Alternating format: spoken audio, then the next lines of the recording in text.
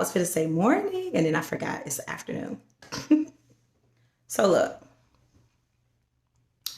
I'm going to have this conversation. I'm just going to wait for people to come in before I get started. Look, fix my hair. I'm like, let me fix my hair. Look. So look, I'm going to wait for people to come in before I start this conversation. I'll drink my beer. I really needed bourbon, but I'm just going to drink beer for this conversation I'm about to have. So look, I always have my post. I always do my podcast based off of things that I look for in social media land. So this one is probably going to offend a couple of people. They'll be okay. They'll live. Nobody's ever died from a bad post. So look, I did 2 posts the other day, right? So one of the posts was about Maya Moore, I think her name was. She's with the WNBA. And that post was about, she quit the WNBA. Let me start there. So she quit the WNBA. And the reason why is because she has dedicated a lot of her, the money that she's made from the WNBA to wrongful incarceration. So she's with those programs. So I posted something about her the other day, right? And then I also posted something about the quarterback of the Kansas City Chiefs. He got engaged to his longtime girlfriend that he had been with since high school. So there was 2 distinctive things about what I posted, first of all. So one of the things that I posted was about the guy with the Kansas City Chiefs. So his fiance is white. Now, the color didn't really matter. What actually mattered was the fact that there was a comment at the bottom of it. And the comment said, when are black men going to start giving wealth to black women the way that they do white women? So that was the question that I posed at the very bottom. Another thing was that, does society actually push a narrative that makes us speak on race so much, especially when we get close to election season? So the next thing I posted about was the Maya Moore thing, going back to that. I think it was Moore Young, I can't remember. But anyway, about the fact that she was with this Freedoms Project. The main thing that she pushes is to try to get men that have been incarcerated wrongfully, what do you call that when they get, when their sentences are reversed or kicked out, rather. Now, it was 2 things that was distinctive happened about these different posts. I posted them both back to back. I posted them back to back because I posted it for a particular reason. And I always have a theory of what I think before I make posts. And I want to kind of see if that is going to play out in the post. And it always does. And it always does because we as black people are very predictable.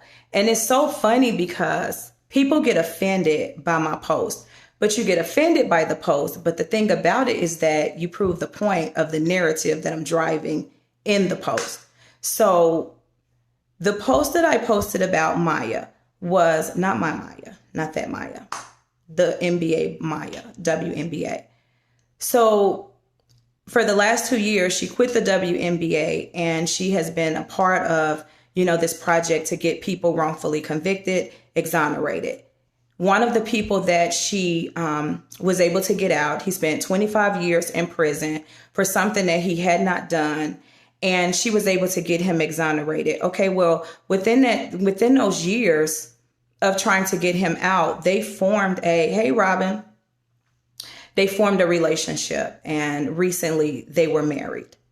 And so I posted about that. And the reason why I posted it is because it was a repost. Somebody else had posted it and they asked the question, could you do that for someone?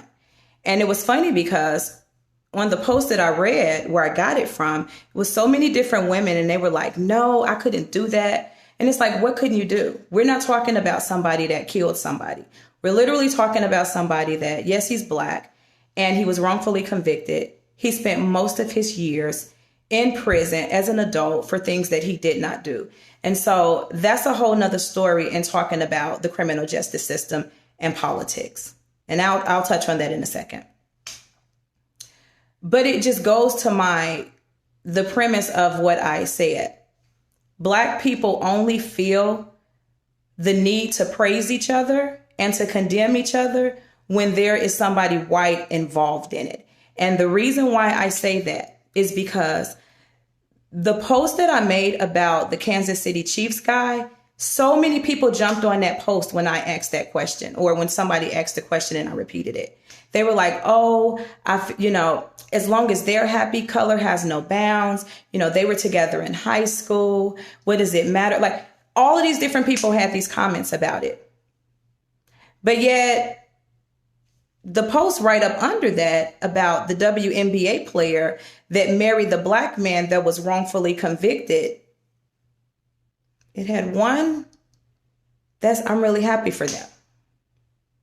So there's two things that says to me. One is, we as black people have been so conditioned to only see praise when a white person is affiliated with it. It doesn't matter who's offended by it.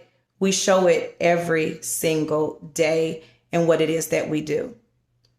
The next thing is that black women are always overlooked in society as it pertains to anything. So nobody paid attention to the fact that she is successful.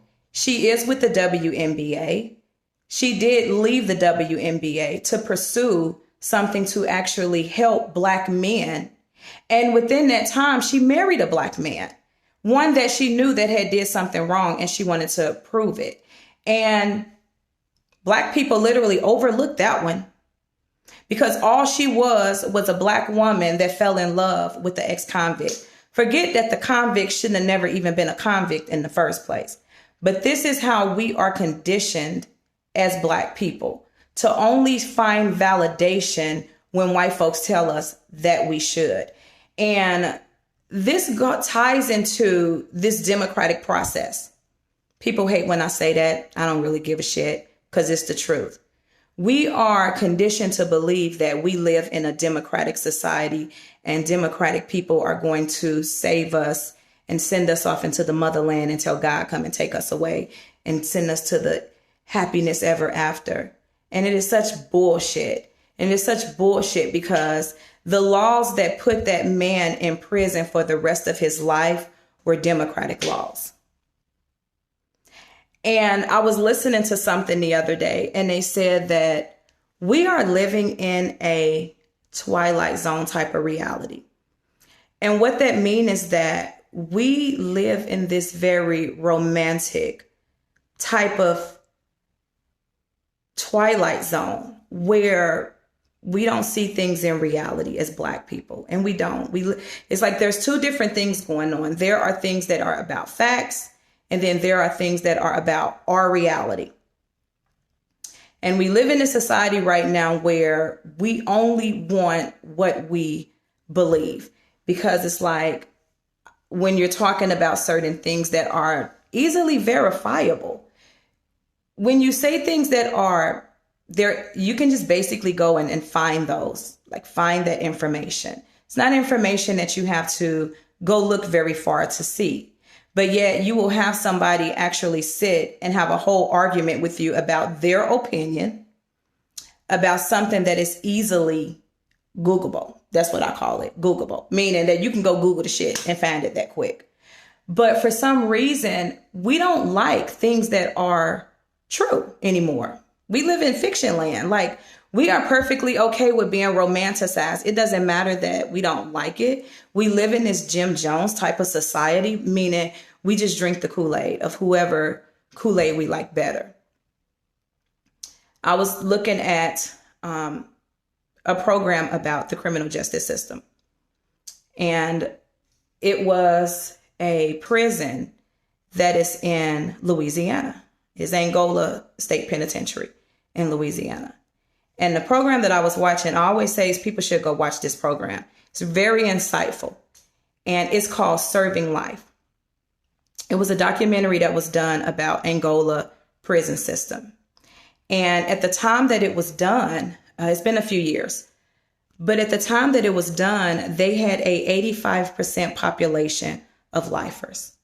And what that means is that 85% of the people that were serving in that prison were either serving a life sentence, double life sentences, or sentences that are so long that when they get out of prison, they will be old men. Most of the people that were there that they actually did the documentary on went in as children, meaning they were teenagers. They talked about one guy who was in there under that 3-strike law, and he was in there for drug possession. So he wasn't a drug dealer, or he sold drugs to help his habit. He had been in there for probably about 20 years at the time he had already served. And it was a sad situation because nobody had actually tried to help him, because this democratic process that we have in society says that Black men are unredeemable. They are not rehabilitatable. They just need to be thrown away as quick as possible and shut the door. So when we talk about things in society as it pertains to Black people, we don't talk about the real thing as it pertains to Black people. When we talk about criminal justice, they only like to talk to us about criminal justice in the romantic phase of it. You know, let's fix these laws in court. If we really go back and take a look at people that are serving time in jail, Black people, pre-2010, or we'll even talk about today, I would put my life that most of the people that are old men, I would say at least 50% of the men that are old right now that's in prison, that were in prison probably 30, 40 years ago, didn't commit a crime. They were sentenced because of their race. And I would literally bet my life on that. And we don't talk about things like that because that would make us be in a reality type of situation. When we look at how we vote today, we only vote based on who we like. We don't vote based on things that they actually can do for us. We only vote on who says nice things to us. Will they shake your hand? Will they come to your church? Will they, tell you Black people are great? Give you all of this bullshit? This is how we vote. We never look at the things that will actually happen, that will actually benefit us. And then we only look at criminal justice in a way where it only affects people that's accosted on the outside. We never actually talk about what are we going to do about the people that's sitting behind bars right now that are serving life sentences, that are incarcerated and won't ever get out until they go out in a box. And on that, the show that I watched, what was interesting about it was that they documented 4 different people. All of them had went in at very young ages. All of them had these either natural life sentences, and they were basically trying to fight their cases. So the premise of the show was not about those people in particular. The purpose of the show was to show that in Angola prison at that time, they had so many people that were serving life that were old at the time. They had to start a hospice unit inside of the prison system. So the purpose of me watching it is because I show it to my students that are going into the medical field in their prerequisite classes, meaning as soon as they are in my class, I make them watch that. I make them watch that show because this prison have so many hospice patients that they don't have enough staff to meet the demand of the patients. So because of that, they had to start training inmates to be the caregivers of the hospice patients in the prison system. So that means that the people that they were actually doing the documentary on were people that applied to be nurse caregivers to these patients. And the purpose of me showing it to students is because there is something in you that makes you a medical professional that isn't about monetary value. And what that means is that you can't be in the medical field if you don't have compassion for people. So if these prisoners found something in themselves to be able to put their things to the side, because you have to think about that. People that are serving life sentences, a lot of them want to kill themselves. A lot of them go through depression. Their family is gone after about 10 years. Parents have died off, children have grown up, family members have moved away, and they have nobody. But yet somehow in all of that, they're able to put that to the side and be able to be a caregiver for somebody else. And Angola Penitentiary is not a minimum security system. This is a maximum security prison. This is where they consider the worst of the worst in this prison system. And this is what they say. I'm not going to say that. And so these caregivers have to put all of the stuff to the side, and they have to be a part of this hospice unit inside of a jail system. And they actually walk through a few situations of people that are sick that are serving life. And they, talked about one guy who he was in prison serving life, and his brother was up in the other unit serving life, and he was the baby brother, and he got cancer. And it showed the quick progression of it and how it literally took him so fast in a matter of weeks once they got a proper diagnosis. But one thing they looked at in doing that was trying to fix reform, meaning, why are we throwing kids away? Why do we have so many kids that are sitting behind bars for 50 and 60 years due to life sentences? And a lot of it is for either wrongful incarceration, or it is because society deems Black men as unrehabilitatable, meaning that once they go to prison, they just forget about them. So not only do society forgets about them, but Black people forget about them too. And we have been programmed and we have been conditioned to forget about the people that are sitting behind bars and life sentences that have not even done anything wrong.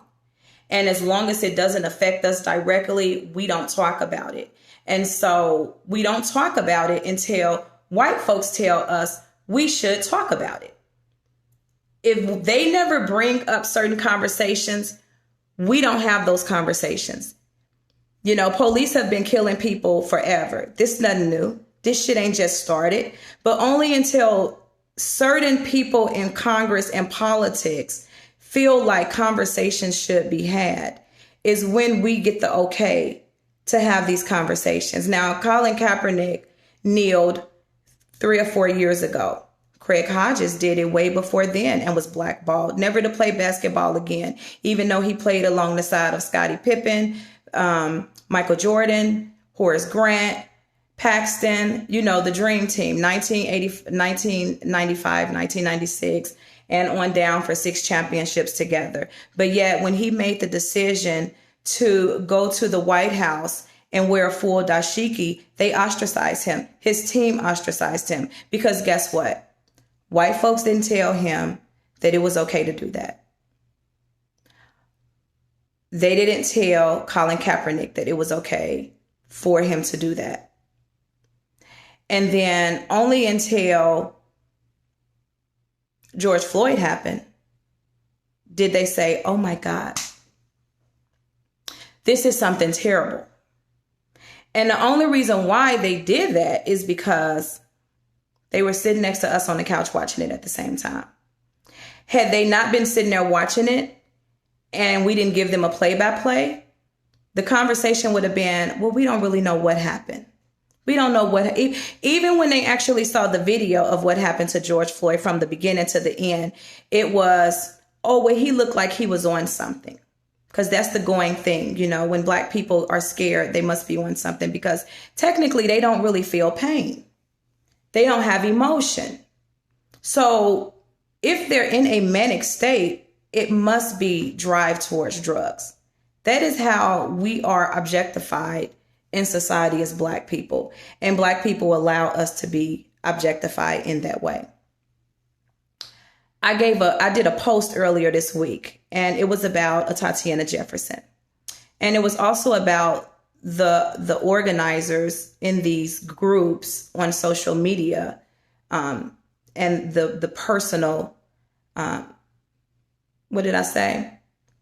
The very selfish agendas that they have in her name. And I'll say that again. The very selfish, self-indulge agendas that they have. that they are using on the names of people that were accosted and killed by police officers. And so I posted that.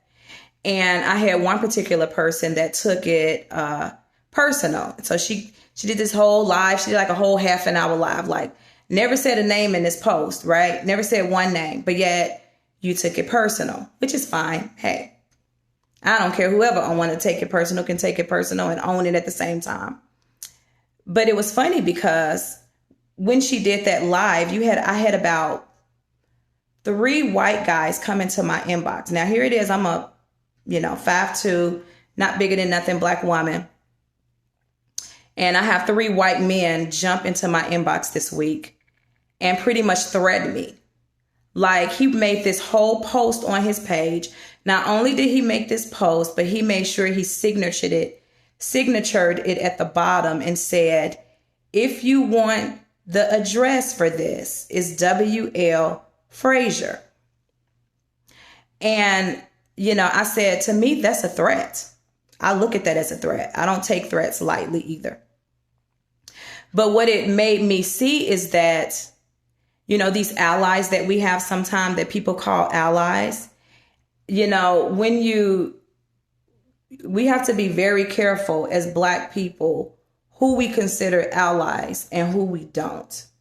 And people that mean you harm will show you really quickly what that looks like.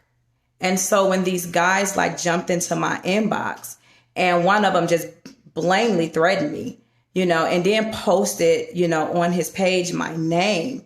And I guess that means because if you speak differently against your ally, right? The white folks that tell you that it's okay to talk, but you're only supposed to talk in the way that they deem fit, then now you become an enemy. And where some people on social media land think that, their whole life is going to fall apart when people do that, I don't really get that way. I don't really give it. To me, like I told him, I said, I think you're weird. I think that you clearly couldn't have a life. Because if you actually took the time to troll my page, to watch a whole video just so you could get mad, that says that you're weird. And it really says that you don't have a whole lot going on if you would come in my inbox, a lady, and threaten her based on a video that you didn't like, that didn't have a name attached to it. But this is what a lot of white folks do. And I always say some, not all, because I align myself with all type of people. And I have great people that I align myself with. But the difference is that I'm very specific about the people that I align myself with. And it always has to be based on something that has to do with non-monetary value. If you are a monetary motivated type of person, those are the people that I stay the fuck away from, because those type of people will kill you to get to that bag, And so if you're not doing anything that has to do with just doing it because it's the right thing to do, I don't like those people near me, because it means that you're willing to do anything. And that includes destroying me and my character and my integrity in order to get you to where you want. But another thing is that you have certain people that will kill for you. And you don't want those people around you neither. You don't want anybody to do anything in your namesake that you wouldn't do yourself, or that you never told them to do. You never asked them to do those things. And this is what those men were doing in my inbox. They were speaking on the behalf of someone else. And again, I never mentioned the name. It don't matter if I didn't mention a name. Clearly, you get what I was talking about from the gist of what I said. But the point is that when people are willing to do certain things for you and it harms other people, you have to pay attention to these white allies that you're aligning yourself with. It's no different than what's going on in Portland right now, or in Wisconsin with the little boy that shot, the protesters. All of them people that were out there that night were white folks in Portland. It's about a sprinkle of Black folks that live in Portland. there was a bunch of white folks fighting back and forth against each other. There's so many different things you can do without feeling like you have to attack each other every single night. Those are people with pretty much nothing to do, because if you have time to literally protest 24/7, 7 days a week, not even in the state that you live in, but actually go to another state to do it, you clearly have nothing going on in your life.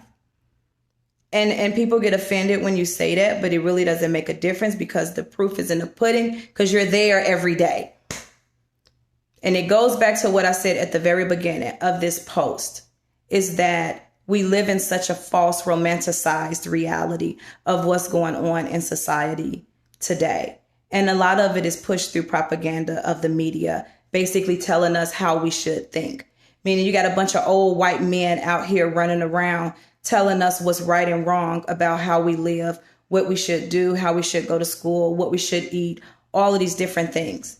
And until Black folks start following that and start aligning themselves with themselves and understand what an ally really looks like, we will constantly have these problems.